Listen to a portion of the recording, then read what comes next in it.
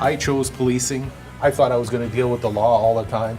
I deal mostly with technical problems, accidents, and a lot of math, playing with triangulation and trigonometry, geometry. I'm an expert in analyzing collisions.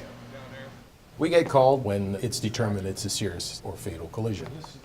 Upon arrival at the scene, we start analyzing everything we have. We start gathering data, we take measurements, we take statements from people, and we gather all that.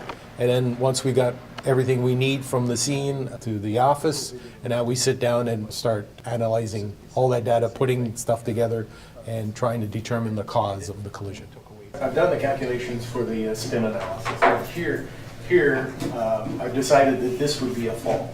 That's a fall. That's your ditch right there? Yeah, this is the distance it went is 2.5 meters. Most collisions these days, the vehicles have onboard computers which collect information from various parts of the vehicle.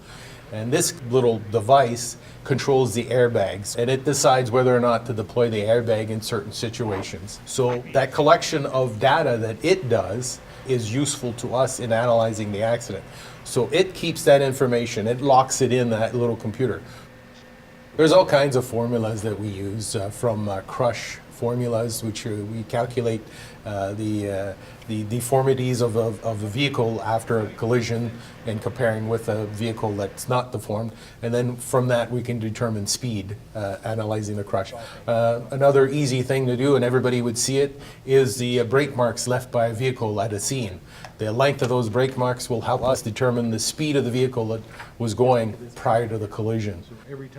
If I look at how I've succeeded until now, those concepts that I gained in high school helped me throughout my career. It didn't matter what the notes or the marks I got back then, as long as I understood the concept, and I was able to bring that along to all the new courses that I've taken, and it helped me through. I never thought I would take this path as a police officer, but I'm glad I did.